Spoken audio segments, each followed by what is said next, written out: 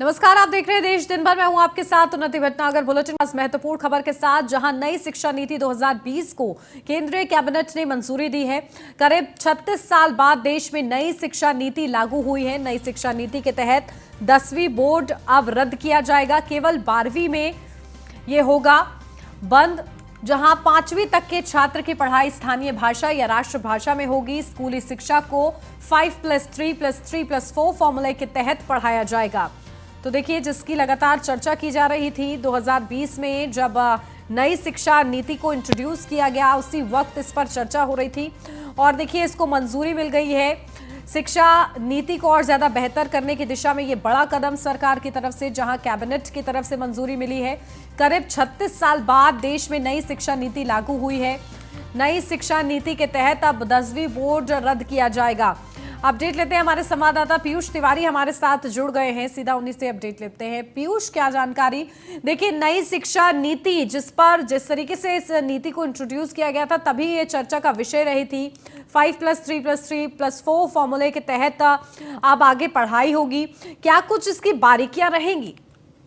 बात करें तो आज नई शिक्षा नीति को केंद्रीय कैबिनेट ने मंजूरी दे दी है और कई अहम बातें हैं। चूंकि सरकार की कार्य योजना में ये सबसे बड़ा जो चेंज है वो कहीं ना कहीं हुआ है और निश्चित तौर पे 34 साल बाद शिक्षा नीति में बदलाव किया गया है। और नई शिक्षा नीति की अगर हम बात करें तो तमाम तरीके की बातें इसमें हैं। चाहे अगर हम केवल 12वीं क्लासेस में बोर्ड होगा, इसके अलावा एमफिल बंद हो जाएगी और कॉलेज की डिग्रियां जो है वो 4 साल की हो जाएंगी। तो इस तरीके से अलग अलग जो बदलाव है वो कहीं ना कहीं हुआ है। और 10वीं का जो बोर्ड है वो खत्म हो जाएगा, एमफिल भी बंद होगा। इस ऐसे जो तमाम जो चेंजेस हैं वो नई शिक्षा नीति में कहीं ना कहीं होने जा रहे हैं। तो इससे इसका सीधा असर कहीं ना कहीं भारत की शिक्षा प्रणाली पर पड़ेगा। तो निश्चित तौर पर जिस तरीके से करीब 34-35 साल के बाद नई शिक्षा नीति को फिर से लागू किया गया, अब देखना होगा कि राज्य सरकार किस तरीके से समन्वय केंद्र से बनाकर इस शिक्षा नीति को लागू करवाती है। पीयूष, लगातार ये जो मंजूरी मिली है, अब आगे इसको क्या एक रूपरेखा दी जाएगी? क्योंकि देखिए, एक बड़ा कदम है। इतने सालों बाद जब नई शिक्षा नीति लाई गई है, कहीं ना कहीं सरकारों की ये भी कोशिश है कि हाई टेक्नोलॉजी के साथ आगे बढ़े और जो स्थानीय भाषा है उसको भी महत्व दिया जा रहा है। देखिए, अगर हम बात करें तो नई शिक्षा नीति में सबसे बड़ा जो फोकस है वो कमजोर छात्रों को किस तरीके से प्राथमिकताएं दी जाए और किस तरीके से उसको ऐसी शिक्षा मुहैया कराई जा सके ताकि एक जो शिक्षा है वो सरल हो सके और आसान भाषा में जो छात्र हैं वो शिक्षा ग्रहण कर सके। और यही कारण है कि लगातार कई जो चेंजेस हैं वो हुए हैं। और आप देखिए, जो पूर्व में शिक्षा मंत्री रहे रमेश निशंक पोखरियाल, उस दौरान से ही ये चर्चाएं नई शिक्षा नीति को लेकर चल रही थी और कई तरीके की कई बार बैठकें हुई इस नई शिक्षा नीति प्रणाली को बनाने के लिए। कई इसमें सुधार किए गए। उसके बाद एक पूरी तरीके से तैयारी की गई थी इस नई शिक्षा नीति को लाने के लिए। तब देखना होगा कि किन किन राज्यों में समन्वय बनाकर केंद्र सरकार के साथ और ये जल्द से जल्द लागू राज्यों में भी होता है। हमारे साथ लौटती हूँ पीयूष आपके पास। भारत चीन झड़प पर लोकसभा में राजनाथ सिंह का बड़ा बयान, जहां चीन ने घुसपैठ की कोशिश की, जिसका भारतीय सैनिकों ने मुंह तोड़ जवाब दिया। भारतीय सैनिकों ने चीन को वापस जाने के लिए मजबूर किया। हमारा कोई सैनिक ना तो शहीद हुआ, ना ही गंभीर रूप से घायल। चीनी पक्ष को इस तरह के एक्शन के लिए मना किया गया। मुद्दे को चीनी पक्ष के साथ कूटनीतिक स्तर पर भी उठाया गया। हमारी सेनाएं हमारी भौमिक अखंडता को सुरक्षित रखने के लिए पूरी तरीके से प्रतिबद्ध हैं। मुझे विश्वास है कि सदन हमारी सेनाओं की वीरता और साहस को एक स्वर से समर्थन देगा।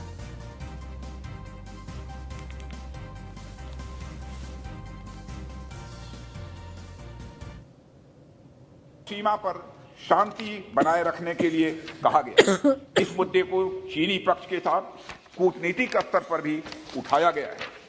अध्यक्ष महोदय, मैं इस सदन को आश्वस्त करना चाहता हूं कि हमारी सेनाएं हमारी भौमिक अखंडता को सुरक्षित रखने के लिए पूरी तरह से प्रतिबद्ध हैं और इसके खिलाफ किसी भी प्रयास को रोकने के लिए सदैव तत्पर है हमारी भारत की सेना। और मुझे विश्वास है कि यह सदन हमारी सेनाओं की वीरता और साहस को एक स्वर से समर्थन देगा। और अध्यक्ष महोदय, मैं पूरी तरह से आश्वस्त हूं कि यह संसद बिना किसी संशय के भारत की सेना की क्षमता, शौर्य, पराक्रम व प्रतिबद्धता का भी अभिनंदन करेगा। तवांग में भारत चीन झड़प को लेकर जम्मू कश्मीर में चीन के खिलाफ प्रदर्शन। जम्मू कश्मीर में शिवसेना ने चीन के खिलाफ प्रदर्शन किया, जहां प्रदर्शन के दौरान चीनी सरकार का पुतला दहन किया गया। प्रदर्शनकारियों ने चीनी सामानों को आग के हवाले किया। केंद्र सरकार से चीन के खिलाफ कार्रवाई की मांग भी की गई। तो देखिए, भारतीय सैनिकों ने चीन को वापस जाने के लिए मजबूर कर दिया।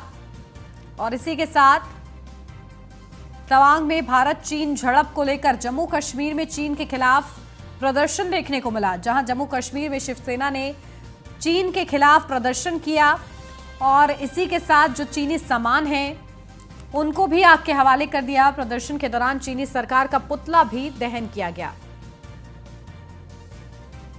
तो लोगों में आक्रोश है जो हरकत चीन की तरफ से की गई है और इसको लेकर देखिए जम्मू कश्मीर में प्रदर्शन हुआ। केंद्र सरकार से चीन के खिलाफ कार्रवाई की मांग की गई। इस दौरान प्रदर्शन की कुछ तस्वीरें भी आपको दिखा रहे हैं।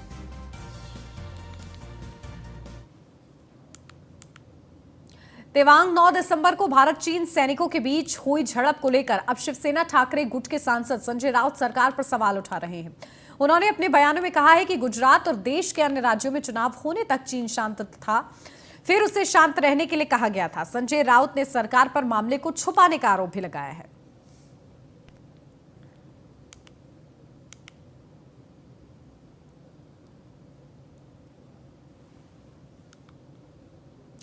पाकिस्तान से संचालित हो रहे OTT platform Vidly TV ban केंद्र सरकार ने सुरक्षा के मद्देनजर बैन किया है। विडली टीवी, ये बड़ी अपडेट, जहां 2 मोबाइल एप्लीकेशन और 4 सोशल मीडिया अकाउंट बंद किए गए हैं। एक पाकिस्तानी वेबसाइट और एक स्मार्ट टीवी ऐप को भी सरकार ने बंद किया है। बंद किए गए सभी वेबसाइट और ऐप पर दिखाए जा रहे थे भारत विरोधी कंटेंट और इसी के चलते उनके कंटेंट के आधार पर इन्हें बंद कर दिया गया है। अपडेट लेते हैं, हमारे संवाददाता पीयूष हमारे साथ लगातार बने हुए हैं। पीयूष, क्या जानकारी, देखिए किस तरीके से ये ऐप और वेबसाइट्स जो हैं उनको बंद किया गया है। कहीं ना कहीं भारत विरोधी कंटेंट ये प्रचार कर रहे थे इसका, और इसी को ध्यान में रखते हुए इन्हें बैन किया गया है। इनमें कौन कौन से वो ऐप हैं?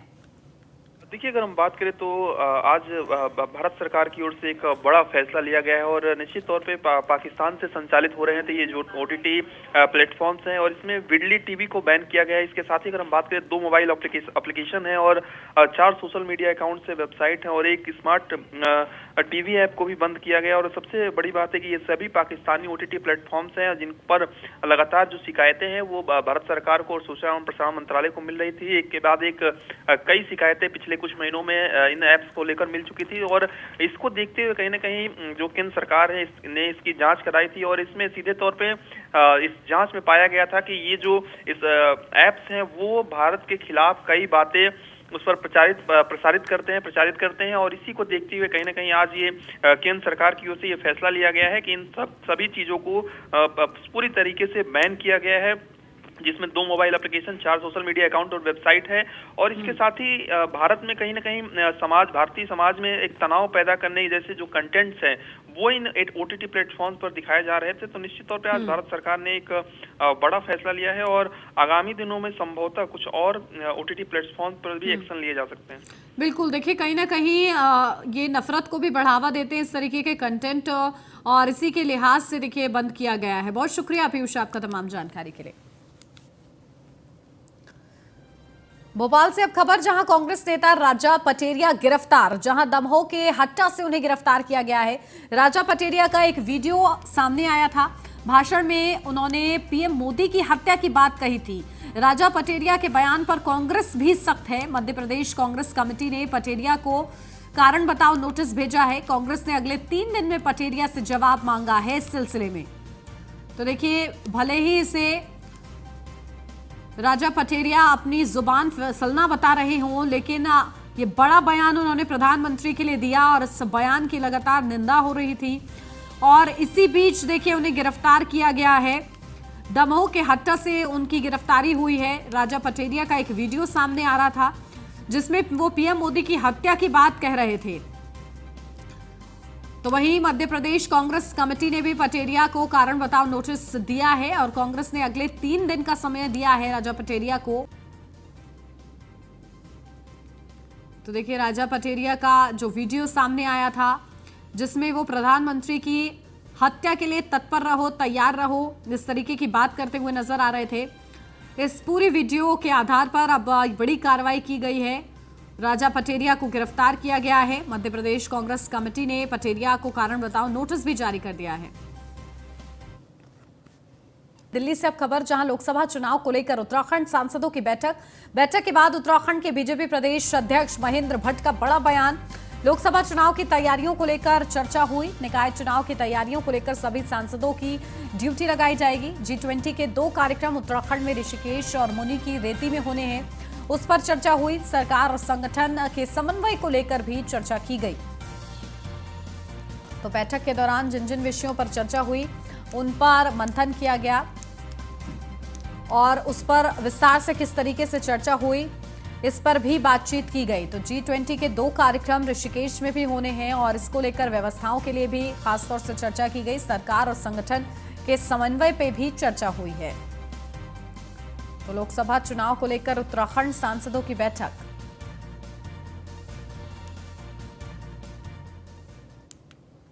दौसा से अब खबर, जहां राजस्थान में राहुल गांधी की भारत जोड़ो यात्रा का विरोध। दौसा जिला मुख्यालय की दीवारों पर राहुल गांधी के खिलाफ स्लोगन लिखे गए। भीम आर्मी की ओर से राहुल गांधी गो बैक के स्लोगन लिखे गए। राहुल गांधी से बातचीत के लिए समय मांगा गया। दीवारों पर स्लोगन लिखने वाले शख्स का कोई सुराग नहीं मिला। मामले की जांच में पुलिस जुटी हुई है। तो देखिए दीवारों पर स्लोगन लिखने वाले शख्स का कोई सुराग फिलहाल अभी हाथ नहीं लग पाया है। लगातार इस संबंध में जांच जारी है।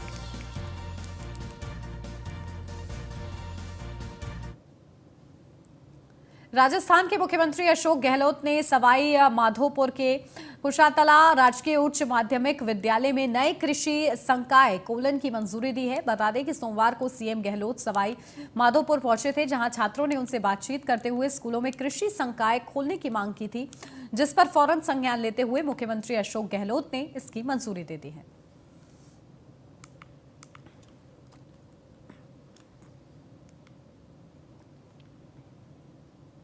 मुंबई से अब खबर, एनसीपी अध्यक्ष शरद पवार को जान से मारने की धमकी। अज्ञात शख्स ने घर पर फोन कर धमकी दी। मुंबई के देसी कट्टे से मारने की बात कही है। पुलिस ने अज्ञात शख्स के खिलाफ मुकदमा दर्ज किया है। तो अज्ञात शख्स ने घर पर फोन करके धमकी दी।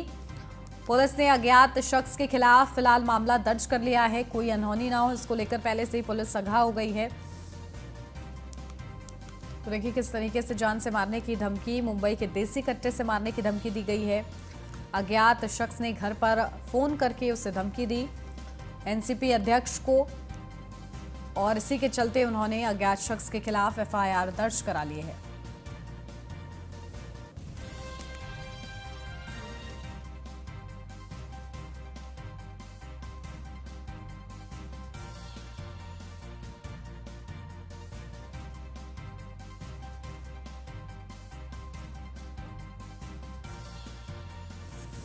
तो देखिए अज्ञात शख्स ने घर पर फोन करके धमकी दी।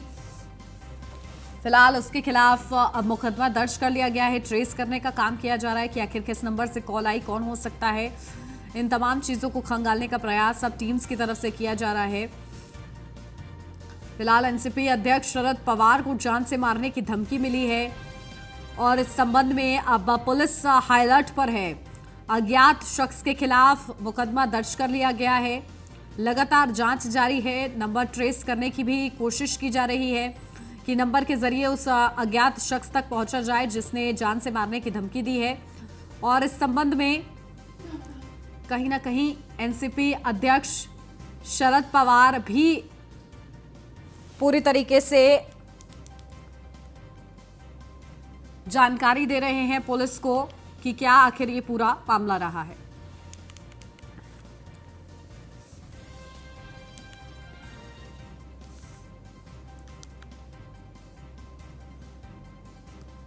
पटना से अब खबर, जहां शीतकालीन सत्र के शुरू होते ही विपक्ष ने हंगामा किया। बीजेपी के तमाम विधायकों ने विधानसभा के बाहर प्रदर्शन किया, सरकार पर वादे पूरे न करने का आरोप लगाया। तो देखिए, शीतकालीन सत्र के दौरान जहां बीजेपी के तमाम विधायकों ने विधानसभा के बाहर प्रदर्शन किया और प्रदर्शन करते हुए तमाम गंभीर आरोप लगाए गए। विधायकों ने विधानसभा के बाहर आरोप ये लगाए कि सरकार ने वादे पूरे नहीं किए हैं। बड़ी बड़ी बातें सरकार की तरफ से की गई, लेकिन सरकार अपने वादों पर खरी नहीं उतरी। तो देखिए, सदन शुरू हुआ, इसी के साथ ही विपक्ष ने हंगामा भी शुरू कर दिया। बीजेपी के तमाम विधायकों ने विधानसभा के बाहर प्रदर्शन किया, सरकार पर गंभीर आरोप भी लगाए वादा खिलाफी के। और पटना से ये पूरी खबर है, जहां शीतकालीन सत्र के शुरू होते ही हंगामा बरपा हुआ है और बीजेपी के तमाम विधायकों ने गंभीर आरोप लगाए हैं, साथ ही साथ प्रदर्शन किया है जमकर और सरकार को घेरने का प्रयास किया है। खुले तौर पर यह कहा जा रहा है कि सरकार ने जो बड़े वादे किए जनता से, कहीं ना कहीं अब उन वादों से मुंह मोड़ रही है सरकार और जिम्मेदारी का एहसास सरकार को नहीं है। इस तरीके की तमाम दलीलें कहीं ना कहीं देते नजर आए। रोजगार के वायदे किए थे वो वायदे कहीं न कहीं हवा हवाई हो गए हैं और खास करके महागठबंधन की सरकार के आने के बाद बिहार की जो कानून व्यवस्था इस हद तक बिगड़ी है कि आज महिलाएं सड़क पर नहीं जा सकती, उन्हें दिन दहाड़े काटा जाता है, उन्हें उनकी हत्या की जाती है, उनके साथ बलात्कार किया जाता है। आखिर ये बिहार को नीतीश कुमार जी कहाँ लेकर जाना चाहते हैं? क्या वही बिहार है जो 2005 में हमने जनता से वादा करके और उन्हीं के नेतृत्व में हम सबों ने बिहार चलाया है? लेकिन आज वो अपने प्रधानमंत्री बनने के ख्वाब को पूरा करने के चक्कर में बिहार को अपराधियों के हवाले कर दिए हैं। उन्होंने जो मुख्यमंत्री बना दिया, मैं मुख्यमंत्री नहीं बनना चाहता था इस चुनाव के बाद, तो क्यों नहीं तेजस्वी जी को मुख्यमंत्री बना देते हैं? वो ठग रहे हैं और वो समझ रहे हैं, इसलिए उन्होंने परसों बोला भी है कि थर्ड फ्रंट नहीं बनेगा, मेन फ्रंट बनेगा। और देश दुनिया जानती है कि main front Bharatiya Janata party है। वो भारतीय जनता पार्टी में आने के जुगाड़ में है। वो बोले हैं परसों कि ललन बाबू और विजेंद्र बाबू हमको बीजेपी से अलग करा दिया। इसीलिए नीतीश जी के बोलने का कोई माने नहीं। नीतीश जी धीरे धीरे आइसोलेटेड और प्रासंगिक हो रहे हैं बिहार की राजनीति में। सुशील मोदी ने कहा है कि 2000 का नोट बंद कर देना चाहिए, भ्रष्टाचार बढ़ रहा है। ये क्या लगता है, फिर से एक बार निश्चित रूप से 2000 का नोट बंद कर दिया जाए। चलिए सीधा रुख करते हैं, हमारे संवाददाता, विशेष संवाददाता मनोज कुमार हमारे साथ जुड़ गए हैं। मनोज, देखिए किस तरीके से शीतकालीन सत्र शुरू हुआ और इसी के साथ कहीं ना कहीं बीजेपी विधायकों के बड़े आरोप भी सामने आए। सरकार पर खुले तौर पर यह आरोप लगाया गया वादा खिलाफी का। जी बिल्कुल, जिस प्रकार देखा जाए कि आज जो सत्र शुरू हुआ उसके पहले जो बीजेपी के सारे विधायक बाहर आके जो हंगामा किए, उनका भी कहना देखिए एक तरह से सही था कि जब सरकार बन रही थी उस क्रम में जो उप मुख्यमंत्री हैं तेजस्वी जी, तो उनका कहना था कि बेरोजगारी मैं दूर कर दूंगा। आज देखिए वहीं पर डकबंगला चौराहे के पास अभ्यर्थियों का वहां पे लाठीचार्ज हुआ, वहां पे जाम लगा रहा, धरना प्रदर्शन होता रहा। एक तरफ जहां विधानसभा चल रहा है जिसकी बातें रखी जा रही है, वहीं पर दूसरी ओर यदि अभ्यर्थी या बेरोजगारी बढ़ती जा रही है। देखिए डिप्टी सीएम ने भी इस बात को साफ कर दिया कि ये जंगल राज आ चुका है और यहाँ पे अपराधियों को अब हाथ में सौंप चुके हैं नीतीश कुमार बिहार सरकार को। मतलब पूरी तरह से अपराध बढ़ता हुआ नजर आता है। इन सब बातों को लेकर आज जो बीजेपी के सारे विधायकों द्वारा हंगामा किया गया, अब इसमें इस मामले को लेकर ना मुख्यमंत्री बोल पाए, ना आरजेडी के कोई जो नेता है, बड़े चेहरा है, उन्होंने कोई सफाई दिया। बिल्कुल, तो देखिए कहीं ना कहीं सदन के बाहर तो कहीं ना कहीं बीजेपी विधायकों की तरफ से प्रदर्शन किया गया, सदन के अंदर ये मुद्दा उठाया जाएगा।